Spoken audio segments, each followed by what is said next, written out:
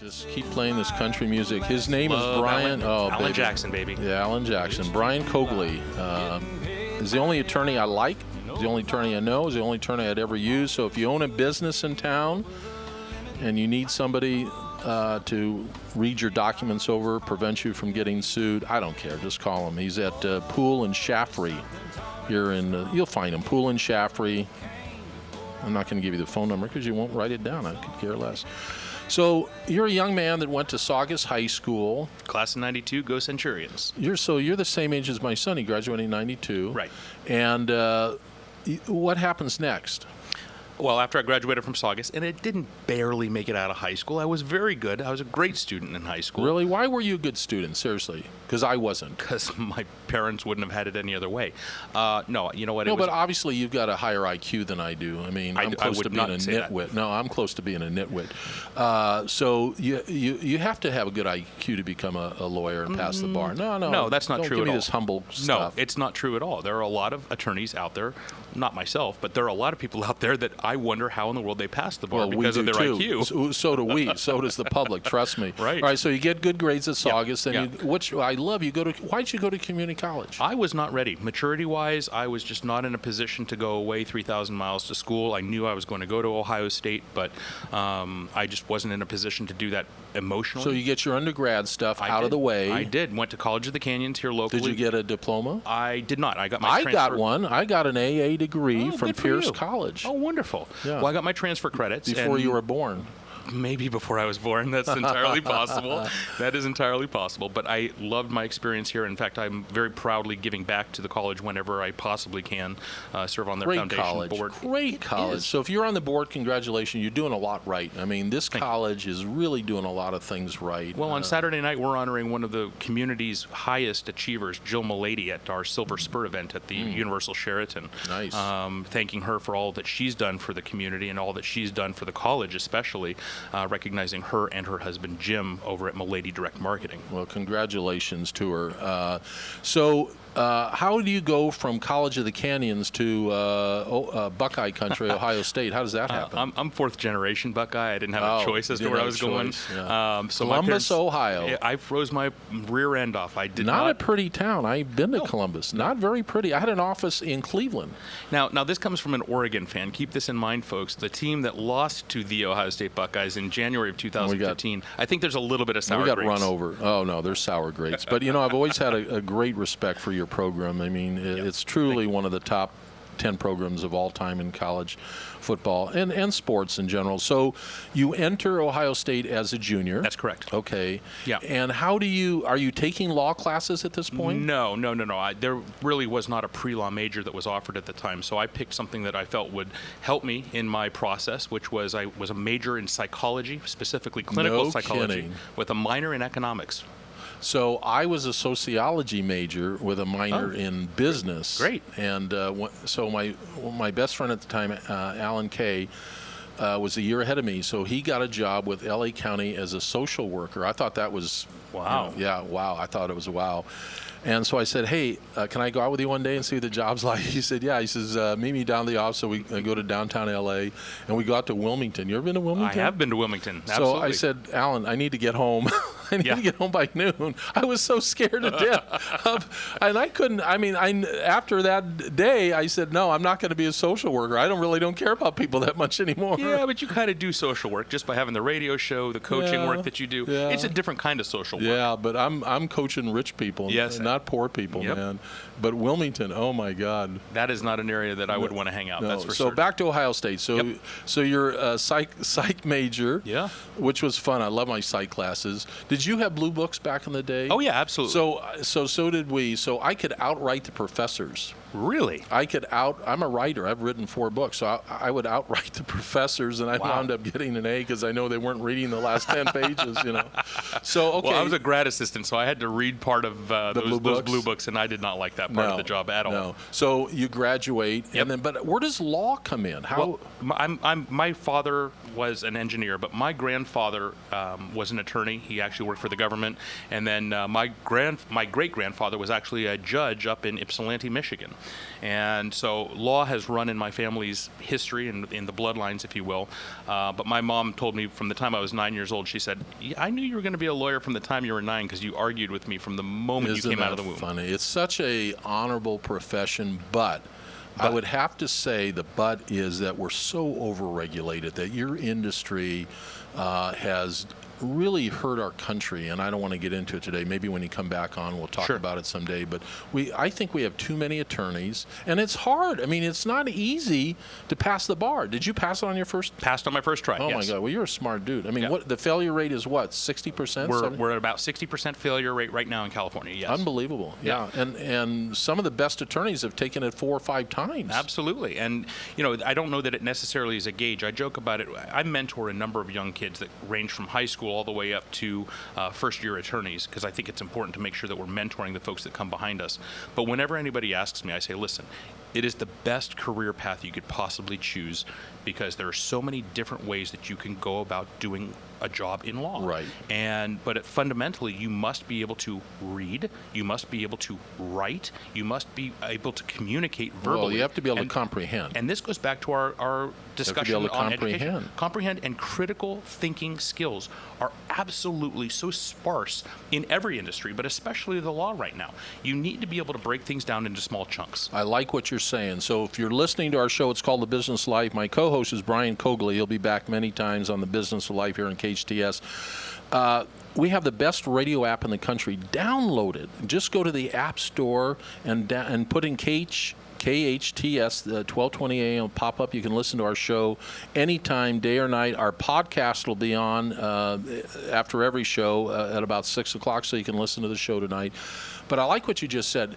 Even if you're not going to go into law and you want to learn something and you want to have look, having a law degree is the best resume you can have, no matter what occupation you go into. Right. Whether or not you want to be a captain of industry, if you want to be a CEO, a law degree can help in all of these avenues, but especially if you want to go into something where you need to be able to analyze and you need to be able to use critical thinking skills, it's a great degree to get. It's a great degree for a lot of reasons. I like the idea that you learn, just what you said, you learn how to critical think. This is where I think our society is really getting broken down now with technology. But that's another show. You come back and we'll talk about technology. So back to your life. So you graduate from Ohio State. You're an assistant to the professors. Came back here as quickly as I possibly could. Really? Because the weather back there, can I use the miserable. word? It sucks. It sucks. It's terrible. That's a fair statement. Yeah, it's so bad. Yeah, it was so bad that I actually took 24 quarter units for my last 3 quarters so that I could graduate in December and I didn't have to wait till the spring commencement. Now you come back, and did you get a mentor to help you pass the bar? Well, yes, I had somebody who had already passed the bar that sat with me before I even enrolled in law school. And when I enrolled in law school, I went to the only 2-year law school program that was approved by the American Bar Association at the time. Because I was wanted that to get Take a Chance Law out of Glendale? No, What was it's Southwestern. No, they have a downtown. good reputation. It is. Southwest. It was a great school, and I came out with a skill set that was I'm able to curious, hit the what ground do they running. charge? What do they charge? Too much? Too much for the coach? I walked away with a boatload of debt, over 6 figures. So I don't even know how to ask this question. Financing education is a big issue right now. I mean, your guy Bernie, My guy Bernie. Justin's guy Bernie, free education isn't going to work because anything that you give for free has no value. That's correct. There's no respect. There's no respect for free. And isn't there an old saying, there is no such thing as a free lunch?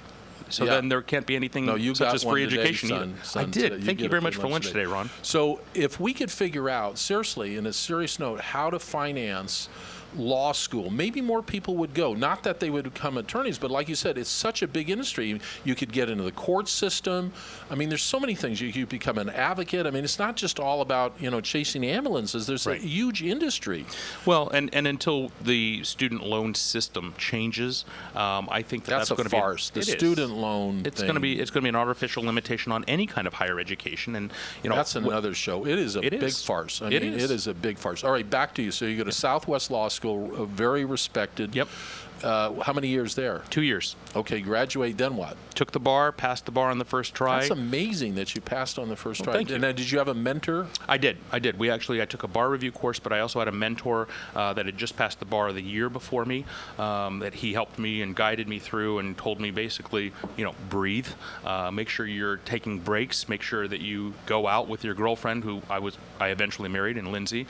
She took great care of me all the way through law school. Can you take like water in to take the test? Can Yes. you take water? Yeah, all you can take is water, and that's it. Yeah. So we're talking to Brian Cogley, the only attorney I would ever have on my radio show and one of the best in Southern California. So if you own a business and for whatever reason you need a voice to talk to, you have an issue, call him, Brian Cogley, and he's at Pool Shaffery. You know their number. You can look it up in the phone book. So I have a question about after you passed the bar, did you go on a three-day drinking binge? Be honest. I will execute my Fifth Amendment privilege against self-incrimination on this one. No, I did not go out and party hard, but I broke down in tears the night that I found out because I was so happy. So you're a young man with an old soul, which is great, and you're bright. I would say that about you, and that's a blessing to be a young man with an old soul. So how do you now you graduate with the bar? Then what happens? Well, jobs were tight in 2001. It was a very tight job market in the legal profession. I wanted to be a district attorney. I wanted to prosecute, put the bad guys behind bars. There you go. Took the civil service exam. How old are you now? Just turned. Well, I'll be 42 this year. No, not now, but in 2001 you were. 2000. I was 27. You're too young to be a DA at that. No, absolutely not. You not. have young DAs at 20? Absolutely. Are you serious? Absolutely. Right. And it was fantastic. I mean, that's where I did my externship. That's what I wanted to do. That's the reason I went to law school. And there were no jobs that were available from a county standpoint. So I'm dying to ask this question. Yeah. So in the courtroom, how do you know the judge? Many times, yes. Okay, so is it like a little club? No. Come on. No. There are certain judges that it is like a little club, but for the most part, LA County is such a broad, expansive mess that you get in front of a judge a number of times in any given year, and they'll know your work, but it's not like we're going out and golfing with one another on a regular basis. It's not like we're going to lunch every weekend or anything like that. So I know a little bit about the court system because I got a ticket or two. So the municipal judges is the lower. There is no more municipal court in California. Just one court system? That is correct. Seriously? It's the Superior Court. It's been a while since I've gotten a ticket then. But it is split between the criminal. It used to be a Superior Court. No more Superior Court? No, it is all Superior. No longer municipal. Really? Yeah. So anything that had been muni is now part of the Superior Court, but it's part of either small claims or it's part of limited jurisdiction. We're talking to Brian Cogley, the only attorney I'd ever have on my show because he's just a good dude. He's a good dude, and he's smart. He's a young man with an old soul, and that's what you want. So now you graduate. You graduate law school from Southwest. You pass the bar, and you're trying to become what? Well, I actually ended up hanging my own shingle. I went to work with two of my law school classmates. What was the name of that? Take a Chance Law? No, Hunsberger, Kegley, and Stern. Oh. Yep, we did that for about 2.5, 3 years. My oldest daughter was born, and my wife looked at me and she goes, it would be really great if we had a steady paycheck and some medical benefits. So, and at that time, the guys at Pool and Shaffery were actually looking to expand their presence here in the Santa Clarita Valley. I had an area of expertise and a tie to this community for the last, at that point, 15 years. Meshed perfectly with what their goals were. And did you have to interview with them? Oh, absolutely. I went through three rounds of interviews. Got it. Yeah. And what questions would they ask you? Legal questions or people questions? Both. It was mostly a personal interview. There was a bit of, how would you handle this particular scenario or situation? But a lot of, team building, a lot of how do you work well with this type of person? More of the, we'll call it the soft interview skills that very few attorneys coming out right now seem to have. Okay, so I've been in radio for 15 years, and I would say the most popular radio shows in the country today are doctor shows and lawyer shows. So with your personality, why would you not do a legal show? Because the average person I'd say the average person is afraid to call you. So when a person calls you, you don't charge them you don't charge them for the phone call, right? That's correct. So listen to me, ladies and gentlemen. Don't be afraid to call any attorney. I mean, most of them you wouldn't want to call. You want to call Brian. at Pool and Shaftry. But so they call up and they say, my neighbor's tree is hanging over my fence. Do you do stuff like that? I don't, but I've got a partner who handles that. So you have expertise at your firm. Yeah. We all work within areas of expertise because we think that that's the best way to practice law, as opposed to we'll call it the jack of all trades, master of none approach. So there, you pass the interviews, right? And they hire you. That's right. And been there for 12 years now. Wow. And so you go from just being an employee now to a partner. Wow. That's correct. And I would say the reason, I'll bet you anything if I talk to your two partners, it's because your personality is so genuine. You're so genuine. And I say this, ladies and gentlemen, because if you want to do well in life, you don't need great grades. You don't need to be super smart like Brian or me, but you need to have great communication skills. We hire people we like. That's right. We advance people we like. We keep people we like. So your likability factor is so critical. That's Justin. That's why I like you. No? So that likability factor, that to me, just a side thing about education, there should be a class, because parents are letting their, not you and Lindsay, but most parents are so preoccupied with their phones or their divorces, they don't raise their kids properly anymore. Right. And just teaching kids how to do a handshake. I bet you've taught your daughters eye contact and handshake. Absolutely, no question about it. There you go. Well, and let's be honest, there are a lot of programs that are available as low as the elementary school. Toastmasters. I joke about the fact that just being able to stand up and speak in front of a room is a lost art in our society today. So important, because an employer will ask you to communicate to your fellow employees. Yeah, well said. The show is called The Business Life. I know you like it because I get your emails and texts. My very special partner today, Brian Cogley. He is a lawyer, and I know you're shocked that I put a lawyer on, but this dude is a good guy, and he has done so much for our community. So when you look at your career the last 12 years, I always ask this question when I'm talking to people that I'm coaching. I ask them, if money wasn't an object, you have all the money in the world like Donald Trump, what would you be doing with your life? Exactly what I'm doing right now. And isn't that a blessing that you have found your home? Yes. Well, and I joke about this whenever I'm talking to young attorneys especially, is you need to find something that you get as excited about Monday morning as you do Friday afternoon. That's special. I mean, the fact that you know that about yourself and other people see it in you. I mean, I'm not surprised why you're so successful.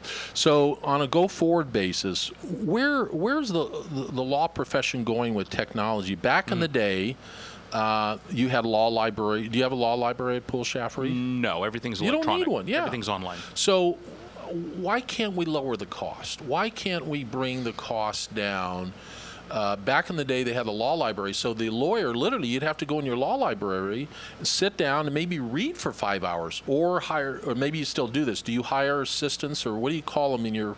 Paralegals? Yeah. We've got secretaries. Do they do the research? Do they do the research? Well, yes and no. I mean, it really depends. In my practice area, because I'm an employment lawyer primarily, where I'll defend employers. HR stuff? Yeah, basically HR That's type huge, questions. Huge. But understanding that when you say lower the cost, the issue is this. People pay for my time. My time is my product. That's what I sell to my clients.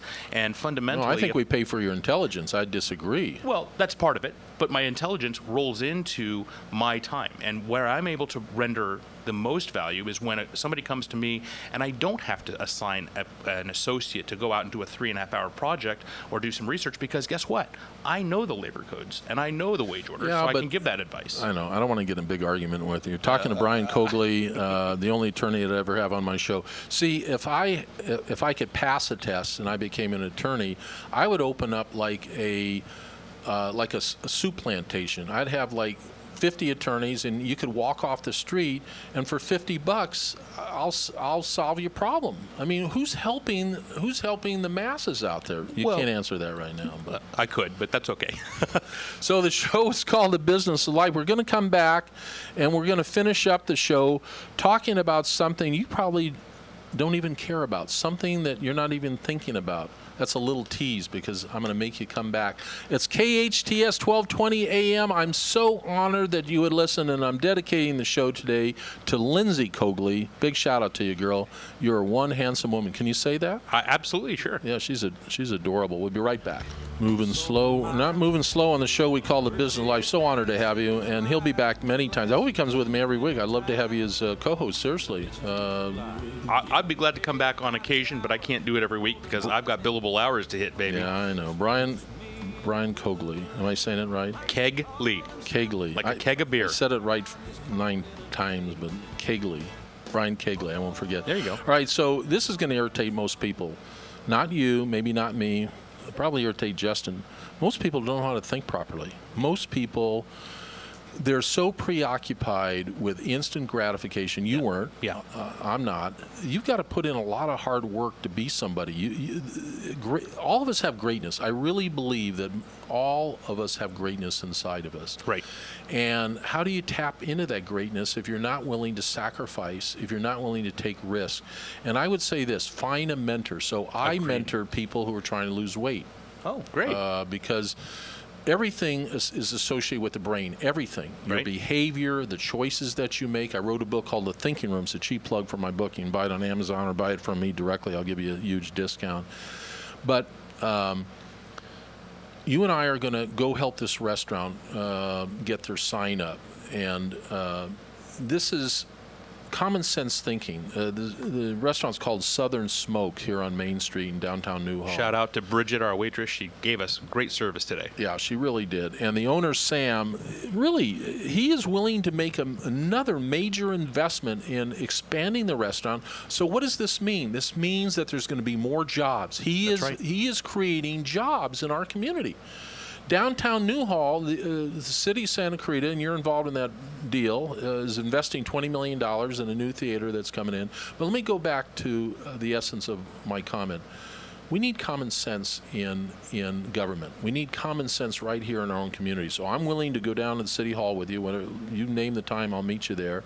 And let's see if we can get just an easy sign on his business called Southern Smoke so we can find it. I mean, it's a great barbecue place. It was fantastic, and this is one of those situations where it's a small little investment of time that we can put together and hopefully do something great to help his business grow. And again, like you said, it's really common sense. We need to make sure that we're reevaluating and instilling common sense into everybody that's out there. So common sense, obviously you had a lot of it because you graduated Saugus High School, you go to College of Canyons, you graduate from Ohio State, you become a very, very successful lawyer. Where did you learn how to think? My parents. My mom taught me to be Are they still alive? They are. And are they listening? I don't know if they're listening. Well, they can listen to the show tonight. It'll be podcast after 6 o'clock. What's their name? Big shout out to them. Michelle and Bob Kegley out in Thousand Oaks, California. Oh my God! They know my name. Of course Coach they know Ron your name. Tunick. Did you ask him about me? I have not yet. They know me. I'll ask them about it So tonight. Michelle and Bob Kegley. Yep. They know the coach out there. Dad taught me logic. Mom taught me writing. So. Well, I was heavily involved in that community for over 20 years, so big shout out to you, Michelle and Bob. You got to be so proud of your kid, man. This is one fine human being that you've raised. He's a good dude that gives back to the community. He's a loving father. Whatever they did, man, congratulations to him. I agree. And you're now passing on. You're a great father and a great husband. So I'd like to think so. I try. But back to thinking. So. We have to, and the reason I'm bringing this up is be objective. When you're watching the news, be objective. Yeah. TV is about getting eyeballs. They all they want to do is stimulate you so that you will watch this stupid TV, right? That's right. Turn it off. And don't just get your information from one source. No. Look at multiple sources. No. And then you make the decision. You make the critical choice. Brian Kegley. You got to come back, son. I certainly will, Coach Ron. Thank you so much for hosting. So honored to have you in my life. And March Madness, we'll talk about bracketology later in the week. On Thursday, Justin, we'll see how you and I are doing. Go Ducks, congratulations. Go Ducks. They could be the sleeper this year. They've got a legitimate team. You can't be a sleeper as a 1 seed. That is true. What is wrong Totally with agree. you? I'll see you Thursday. Sparty's going to win it.